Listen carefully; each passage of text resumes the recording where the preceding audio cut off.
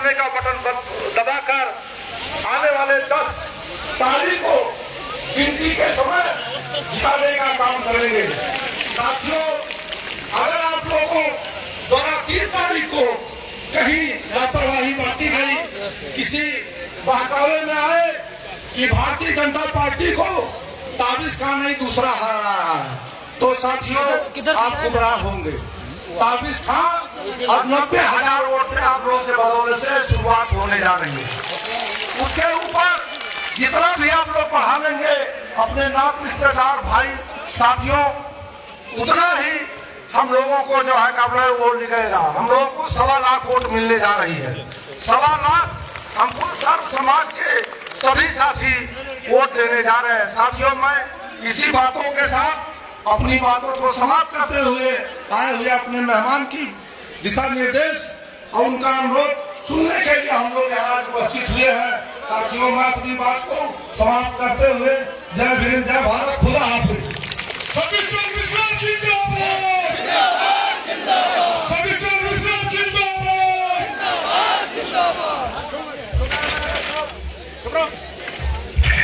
Bahujan Samaj party जिंदाबाद, जिंदाबाद, जिंदाबाद। बहुजन समाज पार्टी जिंदाबाद, जिंदाबाद, जिंदाबाद। बहुजन समाज पार्टी जिंदाबाद, जिंदाबाद, जिंदाबाद। बहुजन समाज पार्टी जिंदाबाद, जिंदाबाद, जिंदाबाद। सतीश मिश्रा जी जिंदाबाद, जिंदाबाद, जिंदाबाद। सतीश मिश्रा जी जिंदाबाद, जिंदाबाद, जिंदाबाद। सतीश मिश्रा जी जिंदाबाद, जिंदाबाद, जिंदाबाद। बाबा साहब डॉक्टर अम्बेडकर अमर रहे, बाबा साहब डॉक्टर अम्बेडकर अमर रहे, काशीराम साहब अमर रहे, काशीराम साहब अमर रहे।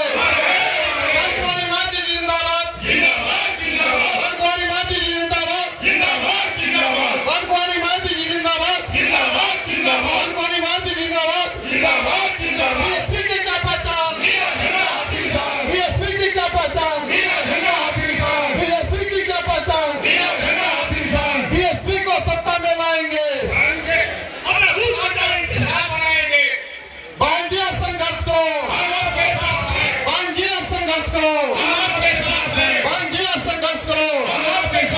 बहुजन समाज पार्टी जिंदाबाद, जिंदाबाद, जिंदाबाद। बहुजन समाज पार्टी जिंदाबाद, जिंदाबाद, जिंदाबाद। बहुजन समाज पार्टी जिंदाबाद, जिंदाबाद, जिंदाबाद। सतीश मिश्रा जी जिंदाबाद, जिंदाबाद, जिंदाबाद। सतीश मिश्रा जी जिंदाबाद, जिंदाबाद, जिंदाबाद। सतीश मिश्रा जी जिंदाबाद, जिंदाबाद, जिंदाबाद।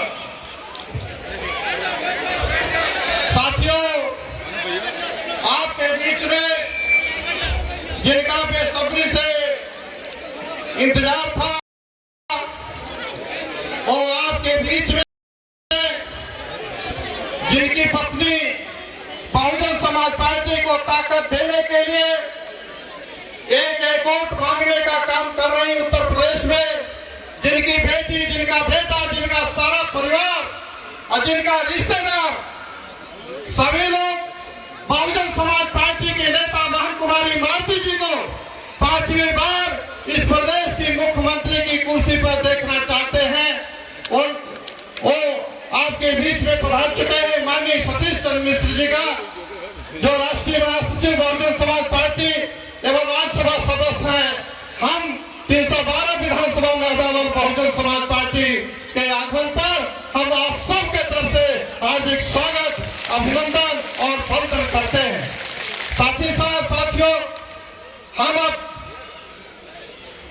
मोहम्मद ताबिज खां साहब जो बहुजन समाज पार्टी के प्रत्याशी हैं, दोबारा आप सब विधायक बनाना चाहते हैं, दोबारा विधायक बनाना चाहते हैं। हम उनसे अनुरोध करेंगे कि जो हाथी प्रतीक चिन्ह है, जिन पर बटन आप सबको दबाना है, वो हाथी प्रतीक चिन्ह माननीय सतीश चंद्र मिश्रा जी राष्ट्रीय महासचिव बहुजन समाज पार्टी एवं राज्यसभा सदस्य को देकर के सम्मानित करने का कष्ट करें। माननीय मोहम्मद ताबिज खां साहब।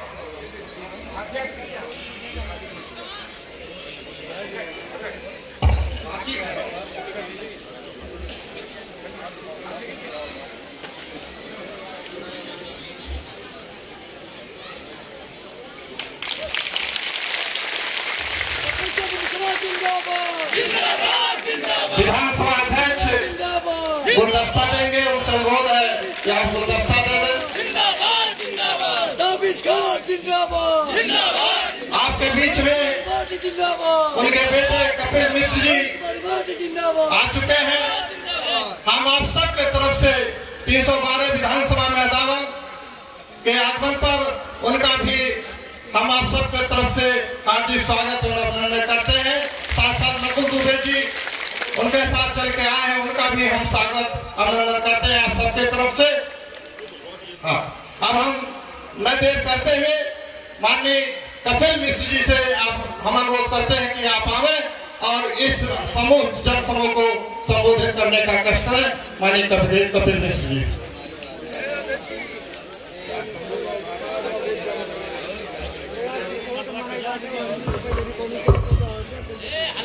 यहाँ मंच पे उपस्थित सभी गणमान्यजनों को और खास तौर से जो दूर दूर से आप सभी लोग हमारे आदरणीय पिताजी के विचार सुनने समझने आए, आप सभी को मेरा दिल से सादर प्रणाम। साथियों, हमें आदरणीय बहन जी के कार्यकाल के वक्त को याद करने की जरूरत है। उस समय सभी लोग कितने सुरक्षित थे, खास तौर से इस प्रदेश की महिलाएं। आदरणीय बहन जी से अच्छा महिलाओं का दुख दर्द और कोई नहीं समझ सकता है। उनका शासन काल खत्म होते ही यहाँ गुंडा राज शुरू हो चुका है, जिसमें सबसे ज्यादा उत्पीड़न इस प्रदेश की महिलाओं के साथ हो रहा है। लगभग पिछले 10 साल से इस सरकार ने और इसकी पिछली सरकार ने इस प्रदेश के लोगों के साथ और खास तौर से युवाओं के साथ सिर्फ और सिर्फ धोखा देने का काम किया है। इस सरकार ने तो 2 करोड़ नौकरियां देने का वादा किया था और केंद्र में इनकी सरकार तो लगभग 8 साल से है, तो अब तक तो 16 करोड़ नौकरियां दे देनी चाहिए थी, लेकिन उसके बदले इन्होंने 2 करोड़ नौकरियां छीनने का काम किया है।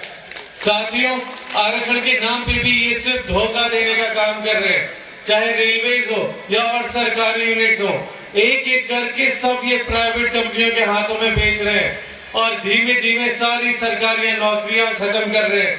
और ये आप सब जानते हैं, किसी भी सरकारी नौकरी में कोई आरक्षण नहीं चलता है, तो आगे ना कोई सरकारी नौकरी बचेगी तो किस बात का सुरक्षित भविष्य इस प्रदेश के युवाओं का।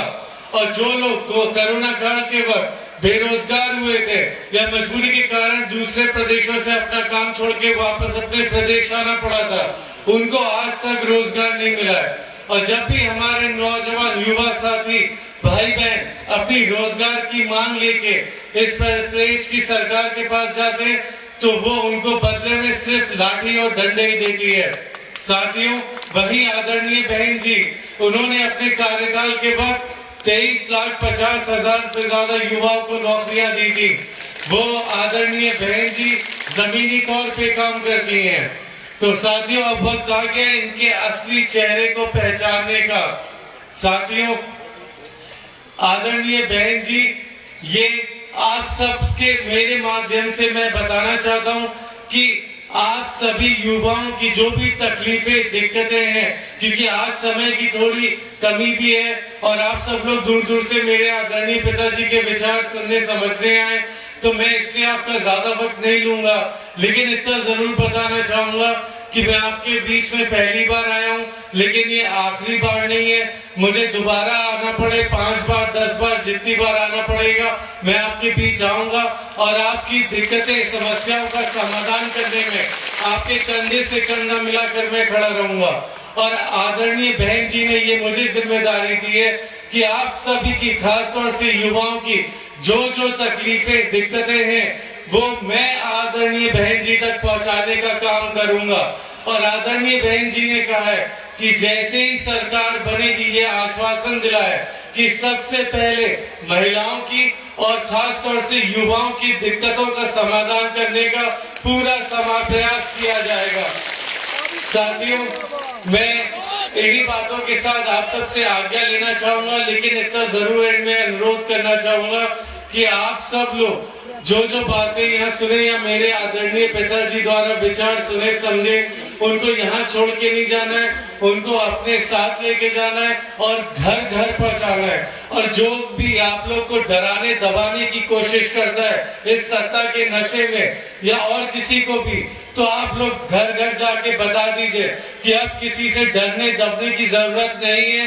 क्योंकि आदरणीय बहन जी 5वीं बार इस प्रदेश की मुख्यमंत्री बन के आने जा रही हैं और इस चीज को सुनिश्चित आप लोग करेंगे और इस प्रदेश का एक एक व्यक्ति करेगा, हाथी का बटन दबाकर, और ये सुनिश्चित करेगा कि 10 मार्च को ये कपकपाती और बीमार सरकार को आप लोग झंझोड़ने जा रहे हैं और हाथी का बटन दबाकर इसको 10 मार्च को अपने मुंह के बल गिरने में मजबूर आप लोग करने जा रहे हैं और आप लोग अपनी सरकार खुद बनाने जा रहे हैं। साथियों, इन्हीं शब्दों के साथ मैं आपसे आज्ञा लेता हूँ। जय भीम, जय भारत, जय परशुराम। कपिल चंद्र मिश्रा जिंदाबाद। साथियों, कपिल चंद्र मिश्रा आपके बीच में हम अनुरोध करना चाहेंगे आ गए माननीय नकुल दुबे जी को। आज जगत गुरु शंकराचार्य जी के इस पवित्र प्रांगण में आप सबको इतनी भारी तादाद में देख करके एक बात तो सुनिश्चित हो गई है कि आगामी 10 मार्च को जब परिणाम खुल रहा होगा तो हमारे ताबिज भाई भी विधायक के रूप में आपके इस क्षेत्र की सेवा करने के लिए निश्चित रूप से सफल होंगे। आपका जोश जिंदाबाद जिंदाबाद जिंदाबाद। अच्छा ये बताइए, बदला लेना है नहीं लेना है? जो 5 साल में तमाशा हुआ है, हमारा समाज बहुत सताया गया है। मैं बहुत साफ तौर पर कहना चाहता हूँ, हमारी माताएं बहनें बहुत परेशान की गई है और सब समाज के साथ साथ हमारे पंडित जी लोगों में तो ऐसी आफत आई है कि हजारों की तादाद में लोगों को मौत के घाट उतारा गया है। उसका बदला लेने का समय आज से 48 घंटे बाद आपके बीच में आ रहा है। उस 48 घंटे बाद सब लोग सौगंध लेकर के अपने अपने पोलिंग बूथ पर जाना और सबका एक संकल्प होना चाहिए, जब तक योगी को दोबारा उसके मठ में नहीं पहुंचा देंगे हम लोग चैन से बैठने का काम नहीं करेंगे। ताबिज भाई को जिता देना, ताबिज भाई की जीत हम सबकी जीत होगी और बहन कुमारी मायावती जी को 5वीं बार मुख्यमंत्री बनाने में ताबिज भाई भी एक सहयोगी के रूप में शामिल होंगे। इन्हीं शब्दों के साथ मैं आमंत्रित करता हूँ बहुजन समाज पार्टी के राष्ट्रीय महासचिव परम आदरणीय सतीश मिश्रा जी को माइक पर आए, हम सबको आशीर्वाद देते हुए ताबिज भाई को विधायक बनाने के संकल्प जाए। माननीय मुख्यमंत्री महोदय। बहुजन समाज पार्टी जिंदाबाद जिंदाबाद जिंदाबाद। समाज पार्टी जिंदाबाद जिंदाबाद जिंदाबाद। पार्टी जिंदाबाद जिंदाबाद जिंदाबाद। मिश्रा जी जिंदाबाद जिंदाबाद जिंदाबाद। मिश्रा जी जिंदाबाद जिंदाबाद जिंदाबाद। हम अनुरोध करना चाहेंगे हमारे अभिभावक गार्जियन इस जन समूह को संबोधित करने का कष्ट है। माननीय सतीश मिश्रा। आज इतनी भारी संख्या में यहाँ पर उपस्थित इस प्रांगण में जो श्री जगत गुरु शंकराचार्य जी के नाम से है, देख करके ये साफ जाहिर हो गया कि अब की बार हमारे प्रत्याशी श्री ताबिश खान जी विधानसभा में जब दोबारा जाना इनका निश्चित है। मंच पर उपस्थित बहुजन समाज पार्टी के सभी सम्मानित नेतागण, पूर्व मंत्री उत्तर प्रदेश के श्री नकुल दुबे जी, हमारे प्रत्याशी विधानसभा मेरठ से मोहम्मद ताबिश खान जी, जो कि कोई नए व्यक्ति नहीं है, ये बहुत पुराने व्यक्ति हैं, आपके बीच में हमेशा से 24 घंटे काम करते रहे। ये उनमें से भी नहीं, ये विधायक के रूप में आपने इनको आशीर्वाद देकर के पहले जिताया। 2007 से 12 के बीच में जब आपने श्री नकुल दुबे जी को, जब उन बहन मायावती जी ने, वो भी उसी समय जीत के गए थे और ये लोग एक साथ विधानसभा में थे, लेकिन श्री ताबिश खान जी को लोगों ने अब की बार दोबारा से विधानसभा पहुंचाने का मन बनाया है और ये सोचते हुए बनाया कि उन लोगों को सबक सिखाना है जो दल बदलू, जो धोखा देते हैं, जो पाते यहाँ से, खाते यहाँ से और उसके बाद उसी थाली में छेद करते हैं। ऐसे लोगों को जो आज पहले तो चुनाव कभी जीत नहीं पाए, जीते तो किससे जीते? बहुजन समाज पार्टी से जीते, आपके वोटों से जीते। बहुजन समाज पार्टी के समर्थकों ने जिताने का काम किया और उसके बाद वो पार्टी के विरोध में काम करते हैं। तो अब की बार ऐसे सभी लोगों को पूरे उत्तर प्रदेश में एक तरफ से सबक सिखाया जा रहा है और ये लोग अब जितनी भी कोशिश कर लें, अब आपके बीच में और ताबिश खान साहब के बीच में आ नहीं पाएंगे और ये निश्चित रूप से चुनाव जीतने का काम करेंगे। भाइयों, आज उत्तर प्रदेश में जो सरकार चल रही है भारतीय जनता पार्टी, और भारतीय जनता पार्टी के सहयोगी लोग, इन्हीं की सरकार चल रही है। यहाँ पर भारतीय जनता पार्टी ने तो हाथ पांव डाल दिए जब उनको पता लगा कि ताबिश खान जी को बहन मायावती जी ने आशीर्वाद दे करके आपके बीच में आशीर्वाद प्राप्त करने के लिए उतार दिया है, तो उनकी नींद उड़ गई। उन्होंने तुरंत अपना कैंडिडेट हटा करके और दूसरी एक पार्टी के कैंडिडेट को उतारा। कहा ये हमारे सहयोगी हैं। वो सोचते हैं शायद ये उतारने से क्या होगा, दाग हट जाएगा। जो भारतीय जनता पार्टी के ऊपर दाग लग गया है, क्या वो खत्म हो जाएगा? जो उत्तर प्रदेश की आम जनता जो अंदर से दिन गिन रही है, एक एक दिन गिन रही है, पूरे प्रदेश की जनता कब 10 मार्च आएगी और कब इनसे छुटकारा मिलेगा और कब ये अपने मठ में वापस जा करके और वहां पर बैठने का काम करेंगे, हम लोगों के बीच से हट जाएंगे। इसका एक एक दिन इंतजार उत्तर प्रदेश की एक तरफ से दूसरे कोने तक आज जनता इंतजार कर रही है। आज 4-4 चरणों में वोट पड़ गया और हर तरफ एक तरफा वोट बहन मायावती जी के नाम पे क्यों पड़ा? आज 5वां चरण का वोट पड़ रहा है। अभी तक की जितनी खबर हमने ली है, 4 चरणों की तरह आज भी एक तरफा वोट बहुजन समाज पार्टी के पक्ष में पड़ रहा है। और क्यों पड़ रहा है? क्योंकि वो दोबारा से अपनी ऐसी सरकार चाहते हैं जो कि उनकी अपनी खुद की सरकार हो और जिसमें भाईचारा हो, जिसमें अमन चैन हो और जिसमें सभी लोग सुखी हो, सबका हक उसको मिलने का हो। इस तरह की सरकार नहीं जैसे समाजवादी पार्टी की सरकार आई थी, गुंडागर्दी, माफियागर्दी, दहशतगर्दी, डकैती, फिरौती, लूटमार, बलात्कार, दंगा फसाद, इस तरह की सरकार। उसके बाद भारतीय जनता पार्टी की सरकार जिसने की दहशत फैलाने का काम किया पूरे प्रदेश में, डराने धमकाने का काम खाली करते हैं, लोगों को उत्पीड़न करने का काम करते हैं, विकास करने का कोई काम नहीं करते। इस बात से खुश होते हैं कि देखो हमने अल्पसंख्यक समाज के लोगों को कितना डरा रखा है, कितना धमकाया, हम तो बुलडोजर दिखाते रहते हैं, आए दिन धमकाते रहते हैं। इस बात से खुश होते हैं कि ब्राह्मण समाज के लोगों को देखो, हमने तो 500 से ज्यादा ब्राह्मण समाज के लोगों को मौत के घाट उतार दिया है, 100 से ज्यादा ब्राह्मण समाज के लोगों का एनकाउंटर करा दिया है। खुशी दुबे नाम की लड़की जो उसको 20 महीने से जेल में रखा हुआ है ब्राह्मण समाज की, जिसका कोई दोष नहीं था, सिर्फ इतना था कि उसकी शादी होती है, 16.5 साल की वो लड़की थी और जिस घर में जाती है उसी अगले दिन उस पति को मार दिया जाता है, घर के और लोग मार दिया जाता है। उसका क्या दोष था वो आज तक नहीं बता पाए। लेकिन मुख्यमंत्री जी उनके खास निशाने में जैसे ब्राह्मण समाज के लोग, दलित समाज के लोग, अल्पसंख्यक समाज के लोग और पिछड़ा वर्ग में से जो गरीब समाज के लोग हैं उनके खुद के निशाने में रहते हैं। तो उसी के तहत में खुशी दुबे का भी प्रकरण वो अपने हाथ में लिए हुए हैं और कहते हैं जेल से नहीं आने देंगे बाहर, चाहे कुछ भी हो जाए। आएगी तो फिर रेणु शर्मा की तरह ही आने देंगे। जो रेणु शर्मा वो भी ब्राह्मण समाज की महिला जो कि पंचायत की पूर्व अध्यक्ष रही और हाथरस में थी और जिसके खिलाफ भारतीय जनता पार्टी, समाजवादी पार्टी दोनों ही उससे दुखी रहते थे क्योंकि वो मजबूती से लड़ती थी, सबके लिए काम करती थी। उसको फर्जी मुकदमे में जेल में भिजवा दिया, जेल में बंद रखा। जब उसकी बेल हो गई तो बेल होने के बाद भी 15 दिनों तक उसको जेल से बाहर नहीं आने दिया। और कब आने दिया? जब उसकी जेल के अंदर मृत्यु हो गई तो उसका मृत्यु शरीर अंदर बाहर आने दिया। और इसी तरह की उम्मीद, इसी तरह की चाल, इसी तरह की सोच ये खुशी दुबे के लिए भी लगाए हुए हैं कि एक दिन खबर मिल जाए तब उसके बाद उसके मृत्यु शरीर को हम बाहर निकालने का काम करें। ये ऐसे लोग हैं जिन्होंने आपने देखा किस तरीके से हाथरस में क्या किया था इन्होंने। दलित समाज की एक बेटी बलात्कार होता है, बलात्कार होने के बाद उसकी मृत्यु हो जाती है, उसका मृत्यु शरीर भी मुख्यमंत्री जी उसके घर वालों को नहीं मिलने देते। रोती रही, विलखती रही उसकी मां, टेलीविजन में सब लोग देखते रहे, उसको सिक्चों में बंद कर दिया, उसका चेहरा भी नहीं देखने दिया। और क्या कहा? खुद अपना चेहरा दिखा रहे थे कि हम देखो बैठ करके रात के 2:30 बजे 2 बजे हम मॉनिटर कर रहे हैं सब चीज। जिलाधिकारी को खड़ा करके रखा था वहां पर, वो अपना खड़ा था 24 घंटे से।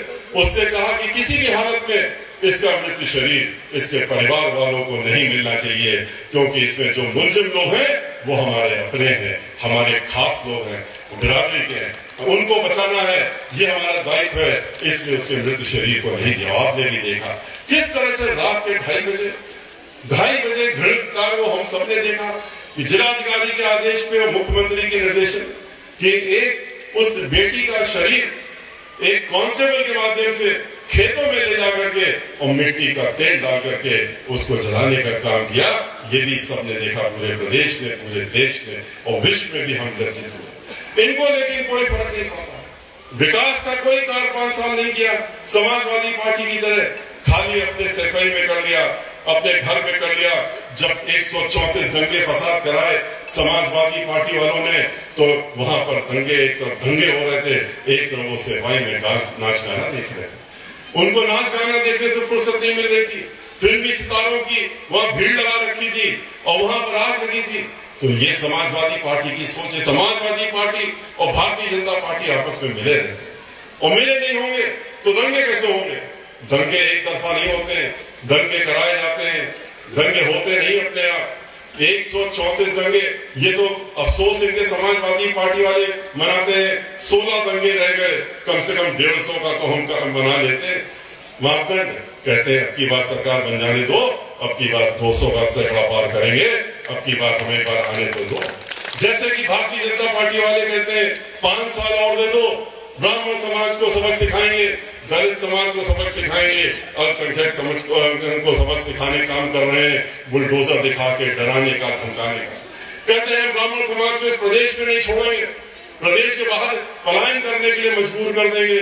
अभी तो 500 की हत्याएं हुई हैं, अभी तो 100 का एनकाउंटर हुआ है, अभी तो सब बाकी लोग बाकी हैं। लेकिन ये भूल जाते हैं कि उत्तर प्रदेश में ब्राह्मण समाज के लोग कोई ये 500 और 100 नहीं है। ब्राह्मण समाज के लोग 14% हैं और 14% 25 करोड़ में 4 करोड़ के ऊपर होते हैं, 5 करोड़ के लगभग होते हैं। किसको किसको मारोगे, कितनों को मारोगे, कितनों के अंदर दहशत फैलाने की कोशिश करोगे? एक को मारोगे तो 100 खड़े हो जाएंगे, 100 को मारोगे तो 1000 खड़े हो जाएंगे। ये इनको मालूम होना चाहिए। और अब की बात इन सब लोगों ने मन बना करके एक साथ तय कर लिया है कि अब की बार हम भाईचारे की सरकार दोबारा बनाने का काम करेंगे। और भाईचारा बना करके जिस तरीके से 2007 में ब्राह्मण समाज के लोगों ने बहुजन समाज पार्टी के साथ भाईचारा बनाया था, और फिर भाईचारा बनाने के बाद आपने देखा किस तरह से पूर्ण बहुमत की सरकार बनी थी। लेकिन बहन मायावती जी ने भी जो वादा किया था उससे पीछे नहीं हटी थी। उन्होंने कहा था कि हम सब समाज के लिए करते हैं, लेकिन अगर ब्राह्मण समाज हमारे साथ इकट्ठा होता है, भाईचारा बनाता है, तो हम भी वादा करते हैं कि उसका खोया हुआ मान सम्मान स्वाभिमान हम लौटाने का काम करेंगे। और उन्होंने जब सब समाज के लोगों को अलग अलग उनका हक देने का काम किया, चाहे अल्पसंख्यक समाज के लोगों को 15 अगर मंत्री बनाने का मंत्रालय देने का काम किया, उन्होंने अगर दलित समाज के लोगों को उतनी संख्या में देने का काम किया, पिछड़े वर्ग के लोगों को और बढ़ चढ़ के देने का काम किया, तो लेकिन ब्राह्मण समाज को भी उन्होंने पीछे नहीं छोड़ा। जो वादा किया था उसको पूरा किया। उन्होंने 15 कैबिनेट मंत्रालय ब्राह्मण समाज के लोगों को भी दिए। नकुल दुबे भी आपके सामने बैठे हैं, एक नहीं 7 मंत्रालय इनके पास है। और उन्होंने कहीं नहीं 1 दर्जन से ज्यादा एमएलसी बनाने का काम किया ब्राह्मण समाज के लोगों को।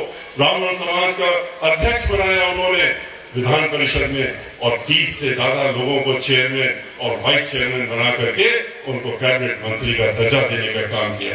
500 से ज्यादा ब्राह्मण समाज के सरकारी वकील बनाए, सबके बनाए, लेकिन 5,000 सरकारी वकील उन्होंने पूरे उत्तर प्रदेश में बनाए।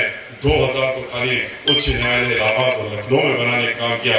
महाधिवक्ता भी ब्राह्मण समाज का बनाया, अतिरिक्त महाधिवक्ता भी बनाया, और चीफ स्टैंडिंग काउंसिल में उन्होंने सब समाज को देने के साथ साथ फिर ब्राह्मण समाज का भी पूरा उन्होंने उनको हक देने का काम किया।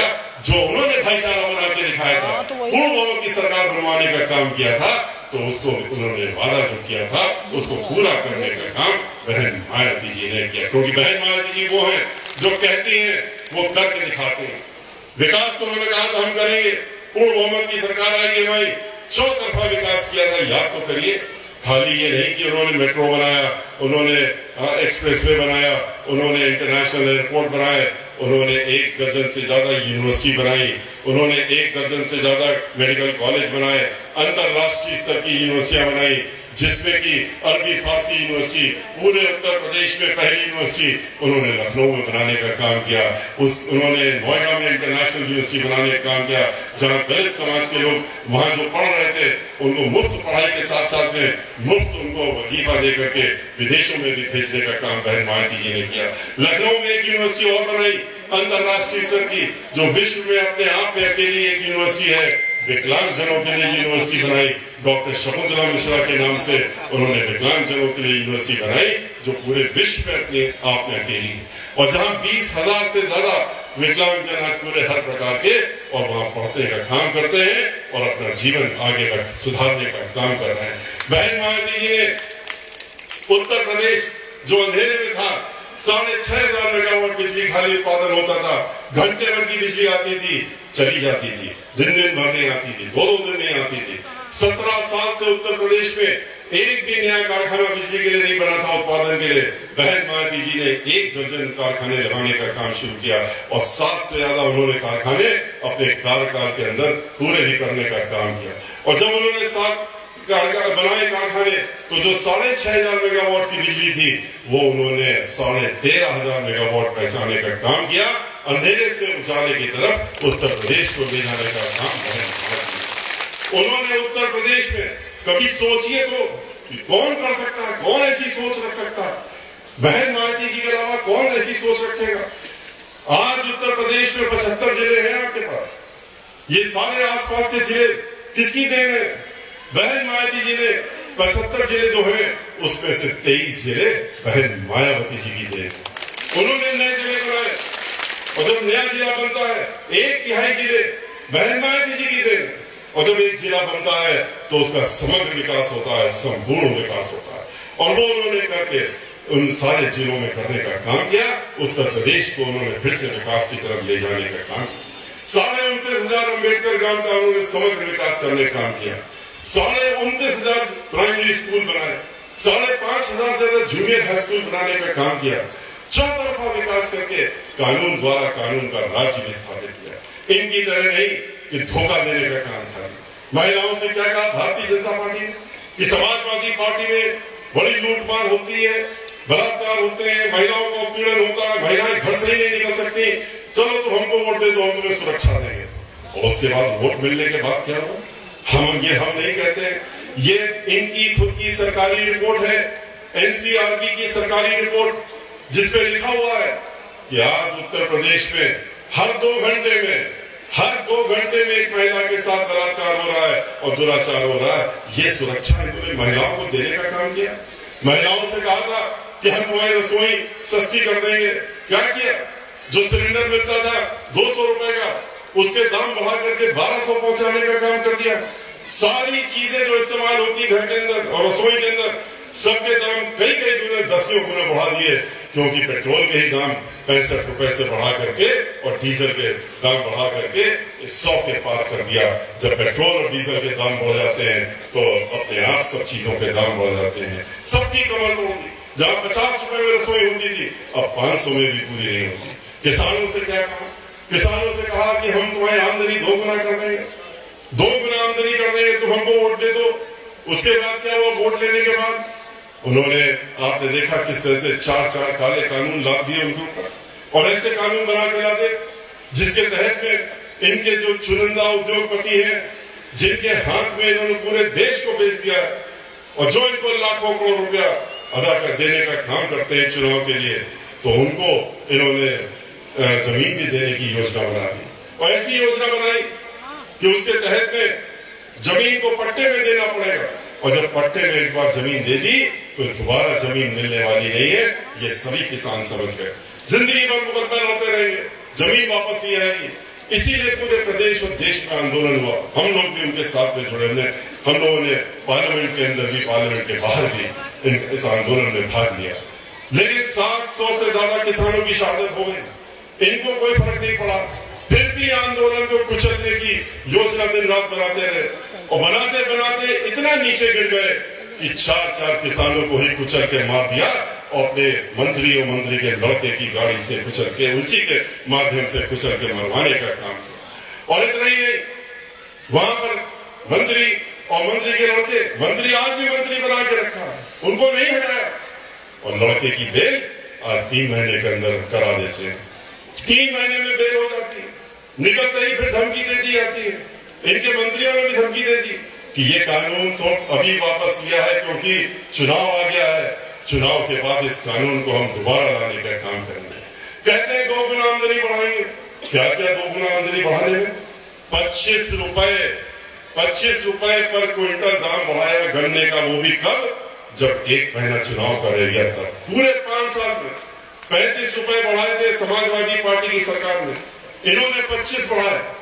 लेकिन बहन मायावती जी ने अपनी सरकार में 125 रुपए क्विंटल का जो दाम था उसको उन्होंने 250 रुपए करके 2 गुना करने का काम बहन मायावती जी ने किया। इन्होंने तो आज किसानों को खेतों में ही डाल दिया, घर भी छूट गए, उनके घर का खाना भी छूट गया।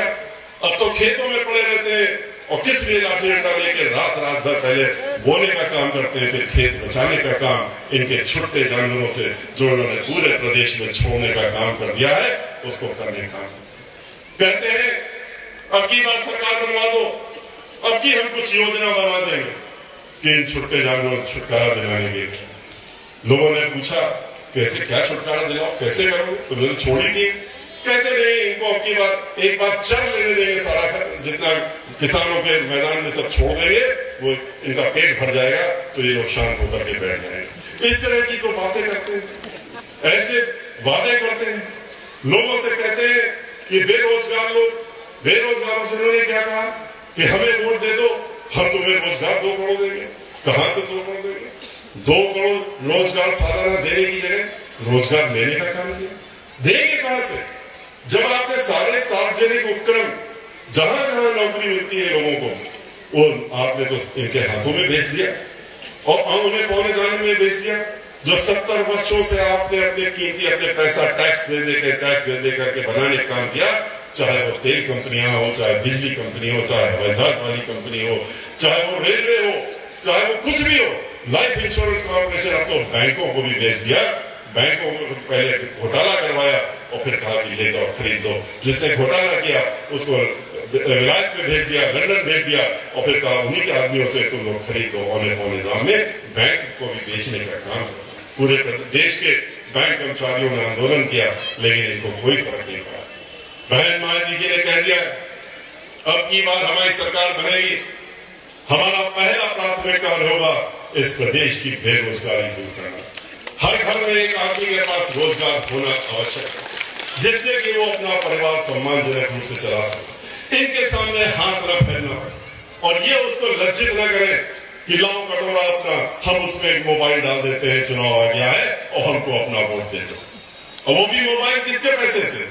भारतीय जनता पार्टी की खोज से नहीं, जिसमें हजारों करोड़ रुपया इन्होंने हर तरीके से लोगों से ले लेके कहीं मंदिर के नाम से, कहीं किसी नाम से इकट्ठा कर लिया। वो भी सरकारी रुपया, वो भी आप ही का रुपया, आप ही के रुपए से आपको कहते हैं कि हम 5000 का मोबाइल दे देंगे, झोपड़ियों में जाएंगे खाना खाने दिखाने के लिए चुनाव के पहले। लेकिन ये नहीं बताते जब मीडिया को ले जाते हैं कि इस झोपड़ी में हम जहां जा रहे हैं, कहते हैं दलितों के यहाँ खाना खाने जा रहे हैं, गरीबों के यहाँ खाना खाने जा रहे हैं, कि वो खाना जो है 5 सितारा होटल से पहले बंद करके और उनके घर में रखवाया जाता है, फिर ये लोग वहां खाना खाने का काम करते हैं, दिखावा करने का काम करते हैं। बहन मायावती जी क्या करती है? बहन मायावती जी इस तरह ढोंग नहीं करने का काम करती है।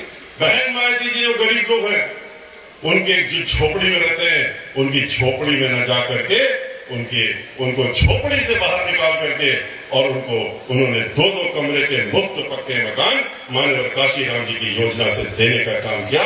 जैसे उन्होंने पहले मालिकाना हक देने का काम किया था, उन्होंने 3-3 एकड़ और 5-5 एकड़ की पट्टे काट करके, जमीन काट करके और फिर मालिकाना हक देने का काम किया था।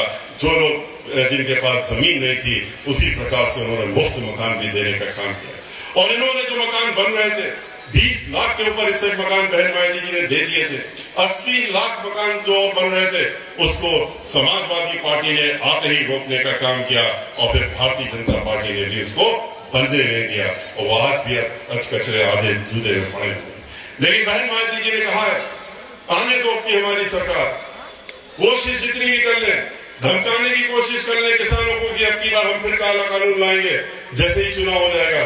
लेकिन हमारी सरकार बनने के बाद हम कोई भी इस तरह का कानून, जितने भी इस तरह के कानून ये पारित कर लें, हमारे प्रदेश में ये लागू नहीं होंगे। और हम सबको न्याय दिलाने का काम करेंगे।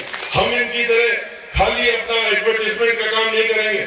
हम जो ये 300 करोड़ रुपए भारतीय जनता पार्टी 300 करोड़ रुपया महीना इसने खर्च किया है सिर्फ विज्ञापनों में। अब तो 500 करोड़ कर दिया था आखिरी में। 20,000 करोड़ रुपया, 20,000 करोड़ रुपया 5 साल में इसने अपने विज्ञापनों में खर्च किया, सिर्फ किस लिए? अपना चेहरा दिखाने के लिए। वो भी कहते हैं हम ऐसा चेहरा छपवाते हैं कि डर जाए लोग, चेहरा देखें और डर जाए, समझ सहम जाए। उस चेहरे को दिखाने के लिए 20,000 करोड़ रुपए खर्च कर दिए और ये बताने के लिए हम बड़ा भारी विकास कर रहे हैं। अरे कहीं विकास कर रहे होते तो जमीन में विकास दिखता, ये कागजों में विकास नहीं दिखता। इनका विकास कागजों में दिखता है, बहन मायावती जी का विकास जमीन में दिखता है। यही इनमें और उनमें फर्क है। इन्होंने अगर यही 20,000 करोड़ रुपए लोगों के ऊपर लगा दिए होते, गरीबों के ऊपर लगा दिए होते, दवाई में लगा दिए होते, लोगों को ऑक्सीजन दिलाने में लगा दिए होते, जो 500-500 किलोमीटर से चल करके जो हमारे लोग दूसरे प्रदेशों में चले जाते हैं, जिनको अपनी बहन मायावती जी ने कहा है कि ऐसी जाने की किसी की जरूरत नहीं पड़ेगी, वो सब जो हैं भी बाहर, वो भी अपने प्रदेश में वापस आएंगे, अपना खुद का रोजगार करेंगे, खुद की नौकरी करेंगे, सम्मानजनक जीवन व्यतीत करेंगे। लेकिन इन्होंने जो बाहर के लोग थे, जो वहां से धक्के मार के भगा दिए गए, जिनकी नौकरी खत्म हो गई, 500-500 किलोमीटर पैदल चल के लोग आए, सैकड़ों किलोमीटर सबने देखा, पूरे देश ने देखा, विदेशों तक वो चला कि किस तरीके से महिलाएं छोटे छोटे बच्चों को अपने कंधे में लाद करके, सूटकेस में बांध करके और पैदल सड़कों में चलती चली आई, न खाने का सामान न पीने का सामान। लेकिन इनको फर्क नहीं पड़ा। ये तो 500 करोड़ रुपया अपने ऊपर खाली विज्ञापन पे लगाते हैं। अगर यही रुपया इन्होंने इसमें लगा दिया होता तो शायद ये लाखों लोग जो मर गए कोरोना में, उनको उनकी मौत ना होती, उनको ऑक्सीजन मिल गई होती, उनको दवाई मिल गई होती, उनको डॉक्टर मिल गए होते। अगर कैंप लगा दिया होता, खाना खिला दिया होता, खाना मिल जाता, बसें लगा दी होती, बसों में बैठ करके अपने घर आ जाते और आज वो जीवित होते और हम लोगों के बीच में, आज आप सबके बीच में यहाँ मौजूद होते और उनकी औलादें आज जो उनके माँ बाप दोनों कईयों में चले, सैकड़ों लोग चले गए, वो आज अपने अकेले ना होते, उनके माँ बाप उनके साथ में होते। लेकिन इनको इससे कोई फर्क नहीं पड़ता। आपने भी देखा किस तरीके से जलाने की जगह नहीं मिली, दफनाने की जगह नहीं मिली, लकड़ी नहीं मिली जलाने के लिए, लोगों को गंगा नदी में बहाने काम किया, बालू में दफनाने का काम किया गंगा किनारे, जहाँ जानवरों ने नोच खसोट करने का काम किया। वो गंदे दृश्य में हम लोगों ने देखे, भयानक भयभीत होने वाले वो दृश्य भी हम लोग देखे, जो आज तक हम लोगों के दिल और दिमाग में बैठे हुए हैं और शायद इस जीवन भर कभी भी नहीं हट पाएंगे। लेकिन ये तो खुश होते रहते हैं अपनी पीठ थपथपाते हुए। इसलिए इन्होंने सबको धोखा दिया और इसीलिए हम लोग कहते हैं कि इनके धोखे में आप मत आइएगा, इनका असली चेहरा पहचानिए। एक साथ आप इन सारी बातों को ध्यान में रखेंगे, अपने आप समझ जाएंगे कि अब इनके जाने का वक्त आ गया। बहन मायावती जी ने, मैं भी कर उनके साथ में था गोरखपुर में, उनकी जो सभा थी, उस सभा में उन्होंने जो अपनी बात रखी थी वो आप लोगों ने भी सुनी होगी। उन्होंने कहा कि अब वक्त आ गया है। वक्त किस चीज का आ गया है? वक्त आ गया है ये डराने धमकाने वाले, बुलडोजर दिखाने वाले ऐसे लोगों को उनके मठ में वापस पहुंचाने का वक्त आज आ गया है और उनको मठ में पहुंचाने का काम बहुजन समाज पार्टी और बहुजन समाज पार्टी की मुखिया करने का काम करेंगी। और ये जो बुलडोजर दिखा रहे थे, इनको खुद भी एहसास हो गया है कि आज जैसे एक तरफा वोट भाईचारा बनाते हुए बहुजन समाज पार्टी के हक में पड़ रहा है, तो उसको देखते हुए इनको भी समझ में आ गया है कि अब जो है इनका वक्त खत्म हो गया है। और इसीलिए आप पता लगा लीजिए किस तरीके से रोजाना 1-2 गाड़ी भर के और सामान मुख्यमंत्री का जो निवास लखनऊ में बना हुआ है वहां से भर के यहाँ के मठ में वापस जा रहा है। उन्होंने तैयारी अपनी शुरू कर दी है, क्योंकि उनके अपने लोगों ने उनको बता दिया है कि अब आपके जाने का समय आ गया है, अब आप वापस अपनी तैयारी करने का काम करेंगे। मैं आपसे अनुरोध करूंगा इसीलिए कि आने वाला समय 3 दिन का समय है। इस समय में अगर आप ये सोचेंगे कि हमारे भाई श्री ताबिश खान जी ये जो है आपके बीच में हर घर आ जाएंगे ये नामुमकिन है। हर मोहल्ले में आ जाएंगे, नामुमकिन है। हर गांव में आ जाएंगे, नामुमकिन है, क्योंकि 3 दिन का समय बचा है। 3 दिन के अंदर ये तभी हर घर में पहुंच सकते हैं, हर मोहल्ले में पहुंच सकते हैं, हर गांव में पहुंच सकते हैं, जब आप लोग जितने लोग यहाँ इतनी बड़ी संख्या में आज बैठे हैं, जो 24 घंटे का भी समय नहीं दिया गया, और 24 कल शाम को इन्होंने हमसे कहा कि हम अपने यहाँ मीटिंग रखना चाहते हैं।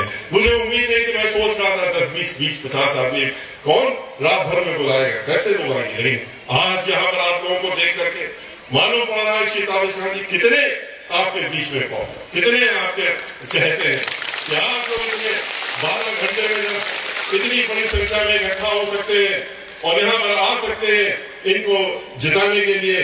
तो अगर आप में से हर व्यक्ति, जिनको कि मैं इनको प्रत्याशी खाली कहने के लिए मानता हूँ, क्योंकि बहन माता जी ने इनको सिंबल दिया, इनको चुनाव लड़ाने के लिए मैदान में उतार दिया, आपकी बात को पहुंचाने के लिए विधानसभा में इनको उतारा है।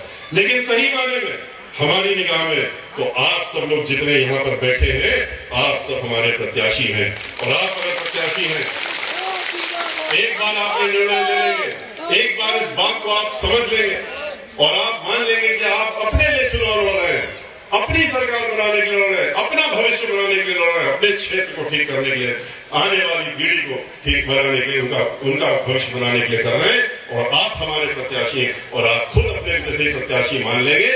1 मिनट नहीं लगेगा, यहाँ से सभा खत्म होते ही होते आप सभी लोग चिंता में बैठ जाएंगे कि अब तो हमारे पास 3 दिन बचा है और हम प्रत्याशी, हमें तो चुनाव लड़ना है, हम कैसे वोट मांगे, कैसे सब जगह जाए, अपने आप तरीका ढूंढने लगेंगे आप, और इनसे कहेंगे तुम जहां जा सकते हो जाओ, बाकी हम लोगों को पर छोड़ दो। हम लोग घर घर जाके श्री ताबिश खान बन करके, मोहम्मद ताबिश खान बन करके, और हम लोग वोट मांगने का काम करेंगे और आपको जिताने का काम करेंगे, और विधानसभा में ऐसे वैसे जिता के नहीं भेजेंगे, इतनी बड़ी संख्या में वोट लेकर के भेजेंगे और डाल के आपको भिजवाएंगे कि आपके जो विरोधी लोग हैं उनकी जमानत जब्त करा करके इनको विधानसभा में भेजने का काम आप लोग निश्चित रूप से करने का काम करेंगे। अपनी बात समाप्त करने के पहले मैं एक बात आपसे कहते हुए अपनी बात समाप्त करूंगा, और वो ये है कि आप जब चुनाव के वोट डालने जाएंगे, उस दिन जो हमारी नेता हमेशा से कहती है, हम लोगों को सिखाने का काम करती है, आपको भी मालूम है ये बात, वो कहती है उस दिन घर में मत बैठ जाना, पहले सुबह उठ करके अपना स्नान धान पूजा पाठ नाश्ता खाना पीना बनाने का काम बाद में करना, सबसे पहले जाकर के लाइन लगा करके और वोट डालने का काम करना, और वोट डाल करके तब ये सारे काम करना। इसके साथ साथ में मैं यही अनुभव मेरा भी आप लोगों से, लेकिन इसके साथ में एक बात बताना चाहता हूँ कि जिस दिन आप वोट डालने जाएंगे, 3 तारीख को आपका वोट पड़ रहा है, जब आप अपने बूथ में जाएंगे आपको 2 मशीनें दिखेंगी, एक बड़ी मशीन होगी, एक छोटी मशीन होगी। बड़ी मशीन में आप देखेंगे कि इनका नाम लिखा हुआ है मोहम्मद ताबिश खान, और इसके साथ साथ में हाथी का निशान भी दिखेगा, उसी के सामने बटन होगी, उस बटन को आपको दबाना होगा। एक छोटी मशीन भी रखी होगी, उस छोटी मशीन में कोई बटन नहीं होगी। जब आप इस बटन को दबाएंगे और कस के दबाएंगे और दबाए रखेंगे तो वहां पर एक लाइट जलेगी, छोटी मशीन, उसमें मोहम्मद ताबिश खान का नाम दिखेगा आपको, नाम के साथ साथ में हाथी का निशान भी दिखेगा, और दबाए रहते रहते एक घंटी बजेगी, उसके बाद वो एक पर्ची उसके अंदर होती है, वो कट करके उसी डब्बे में चली जाएगी अपने आप। तब समझिएगा आपका सही वोट पड़ा। अगर आपने हाथ हटा लिया और वहां पर घंटी नहीं बजी, या वहां पर किसी और का नाम दिख रहा है, या गलत वोट पड़ रहा है, तो अगर आपने हाथ हटा लिया मशीन बंद हो जाएगी, फिर आप चाहे जितना शोर मचाएं, जितना हल्ला करें, वहां का पीठासीन अधिकारी कुछ नहीं कर सकता। इसलिए अपना अंगूठा तब तक दबा के रखिएगा जब तक आपको ये दिख ना जाए, और अगर लगे कि गलत वोट पड़ रहा है तो आवाज दे करके बुलाने का काम करिएगा वहां के पीठासीन अधिकारी को, और कहिएगा कि देखो हम मशीन दबाए हुए वोट नहीं पड़ रहा है, उसकी जिम्मेदारी होगी कि आपका ठीक वोट करवाने का काम करें। आज यहाँ की जो 10 फरवरी को पश्चिम से चल करके 4 चरणों में चलते हुए आज 5वें चरण में अपना वोट डलवाने का काम करते हुए बहुत तेजी से बढ़ते हुए 6ठे और 7वें चरण की तरफ जा रहा है, ये हाथी बहुत उसने अपनी रफ्तार बढ़ा दी है। और